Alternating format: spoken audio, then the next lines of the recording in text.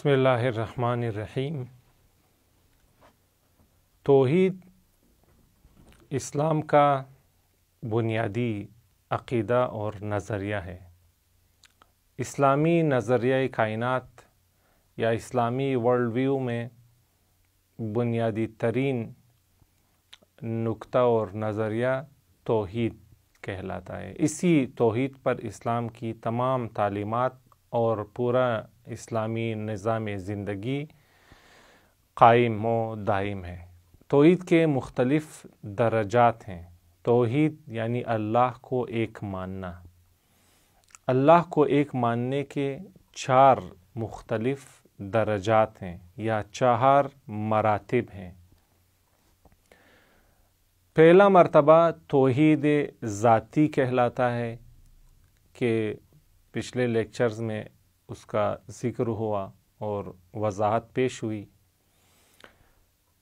توحید کا دوسرا درجہ اور دوسرا مرتبہ توحید صفاتی کہلاتا ہے، یعنی جب ہم یہ مان لیتے ہیں کہ اللہ ایک ہے توحید ذاتی میں، تو اس کے بعد ہم یہ بھی تسلیم کرتے ہیں عقلی دلائل کی روح سے کہ خدا بے شمار صفات کا مالک ہے۔ خدا چونکہ فقط ایک ہے اور خدا لامحدود ہے، تو اس کے پاس تمام کمالات موجود ہیں، تمام خوبیاں اس کے پاس موجود ہیں۔ اس کی ہر خوبی لامحدود ہے۔ جس طرح اس کی تمام صفات لامحدود ہیں، اس کی ہر ایک صفت بھی لامحدود ہے، انلیمیٹڈ ہے۔ اللہ کی صفات جدا جدا نہیں ہیں۔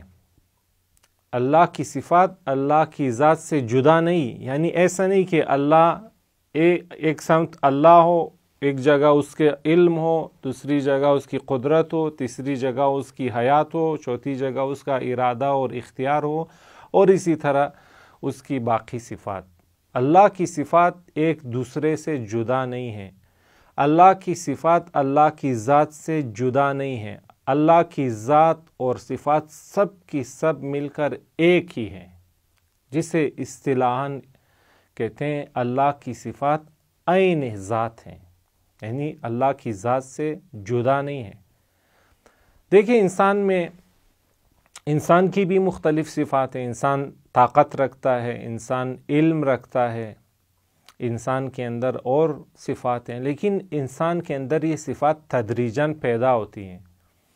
انسان جب پیدا ہوتا ہے تو اس کے پاس یہ علم نہیں ہوتا۔ انسان جب پیدا ہوتا ہے تو اس کے پاس یہ طاقت نہیں ہوتی، بلکہ یہ صفات آہستہ آہستہ بڑے ہوتے ہوتے اس کے اندر پیدا ہوتی ہیں۔ پس انسان کی صفات اس کی ذات سے جدا ہیں، اس کی عین ذات نہیں ہے۔ عین ذات ہوتی تو انسان کے پاس ہمیشہ علم ہوتا، ہمیشہ طاقت ہوتی، ہمیشہ زندگی ہوتی، حالانکہ ایسا نہیں ہے۔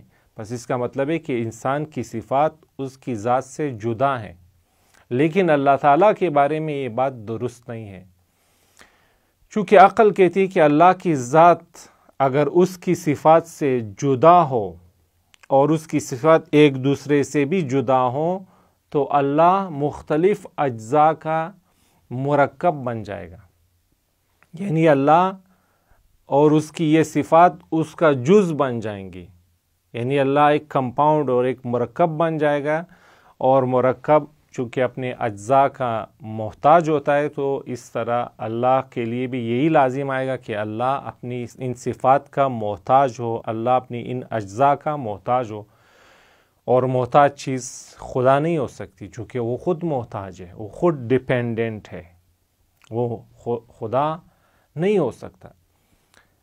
پس توحید صفاتی کا معنی یہ کہ اللہ تعالیٰ کی بے شمار صفات، اللہ تعالیٰ کی بے شمار خوبیاں اور کمالات ایک دوسرے سے جدا نہیں ہیں، بلکہ یہ ساری صفات اور ذات خدا سب کی سب ایک اور فقط ایک ہیں۔ اسے کہتے ہیں توحید صفاتی، یعنی اللہ کی صفات کو بھی ایک ماننا، اللہ کی صفات کو جدا جدا نہیں ماننا کہ اللہ کی صفات ایک دوسرے سے جدا ہوں اور اجزاء کی مانند ہوں ذات خدا کے لیے۔ نہیں، یہ سب کی سب ایک ہی ہیں. اسے کہتے ہیں توحید صفاتی. توحید صفاتی اس لیے اہم ہے چونکہ بعض ایسے نظریات اور بعض ایسے ادیان و مذاہب موجود ہیں جو یہ عقیدہ اور نظریہ رکھتے ہیں کہ اللہ کی صفات ایک دوسرے سے جدا ہیں. اللہ کی صفات ایک دوسرے سے جدا ہیں، اللہ کی ذات سے جدا ہیں. ایسے نظریات، ایسے ادیان موجود ہیں. تو ان کی تصحیح کے لیے اور اسلام کا ان کے ساتھ فرق بیان کرنے کے لیے یہ کہا جاتا ہے کہ توحید کا دوسرا مرتبہ توحید صفاتی ہے.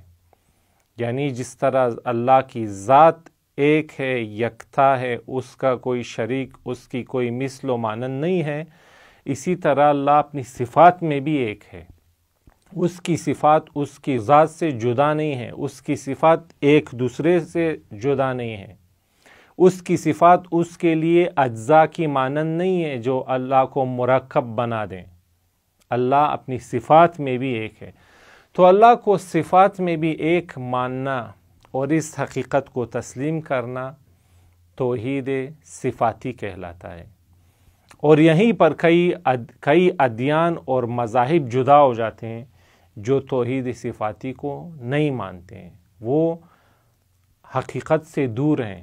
ممکن ہے ان میں حقیقت کے بعض اجزاء پائے جائیں، لیکن وہ مکمل طور پر حق و حقیقت پر مبنی نہیں، چونکہ وہ توحید صفاتی کو نہیں مانتے ہیں. اور توحید صفاتی کو نہ ماننا توحید میں نقص ہے، یہ درست عقیدہ نہیں، چونکہ عقل نہیں مانتی کہ اللہ کی صفات اس کی ذات سے جدا ہوں، اللہ کی صفات ایک دوسرے سے جدا ہوں. ان سے اللہ کی محدودیت لازم آتی ہے. اگر اللہ کی صفات اس کی ذات سے جدا ہوں تو پس اللہ کی ذات محدود، اور وہ صفات ذات سے چونکہ خارج ہیں تو بس ان کے درمیان کوئی حد ہوگی جہاں ایک حد تک اللہ کی ذات ہے اور اس کے بعد وہ صفات ہیں، اور وہ صفات آپس میں بھی جدا ہیں. اللہ کی ذات محتاج ہوگی اپنی صفات کے.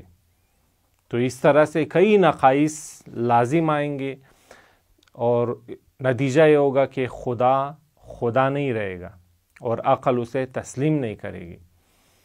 توحید صفاتی میں کافی اور ساری باتیں بھی اور دلائل ہیں، لیکن وہ اس اعتقادی سیریز کے بالاتر مراحل میں انشاءاللہ بیان ہوں گی. یہاں تک جو عرض ہوا وہ توحید صفاتی سے متعلق تھا، اور اسلام کا نظریہ توحید صفاتی کے بارے میں عرض ہوا، اور اسی سے یہ معلوم ہوا کہ وہ ادیان اور وہ مذاہب جو اللہ کی صفات کو جدا مانتے ہیں، اللہ کی ذات کو اللہ کی صفات سے الگ مانتے ہیں، وہ حق و حقیقت پر مبنی نہیں ہیں. والسلام علیکم ورحمۃ اللہ وبرکاتہ.